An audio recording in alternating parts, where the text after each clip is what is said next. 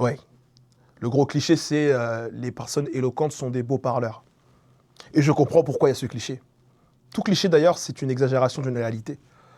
Le cliché qu'il y a sur le fait de dire que ceux qui sont éloquents ont des discours pompeux, ceux qui sont éloquents sont des beaux parleurs, je pense que ça, c'est dû à beaucoup de personnalités publiques, pour ne pas en nommer, qui avaient ces qualités oratoires, mais pour ne pas dire grand-chose. Et dans tout cela, en fait, il y a même carrément des procédés de rhétorique qui traitent de cela. Par exemple, le fait de procéder par circonvolution.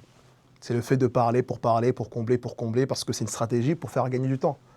Mais avant même de rentrer dans la technique, le fond de l'art oratoire, ce n'est pas le fait de bien parler, c'est le fait de bien penser. Puisque lorsque l'on parle, on met en réel ce qu'il y a en nous. Et c'est d'abord un travail mental. Et c'est pour ça que beaucoup de personnes vont être frustrées en se disant, mais dans ma tête, c'était clair. Mais quand je l'ai dit, c'était pas comme je voulais le dire. Donc cette gymnastique qui est de la pensée euh, à la parole révèle que, au fond, à cause des autres, on pense que l'art oratoire, c'est l'art des beaux parleurs. Mais quand on traite vraiment du sujet, l'art oratoire, c'est l'art de bien penser.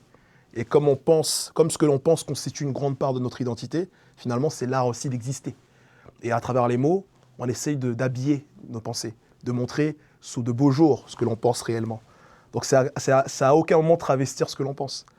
Même si c'est vrai que les mots peuvent faire penser également. Mais bon, le fondement c'est je parle, je pense donc je parle.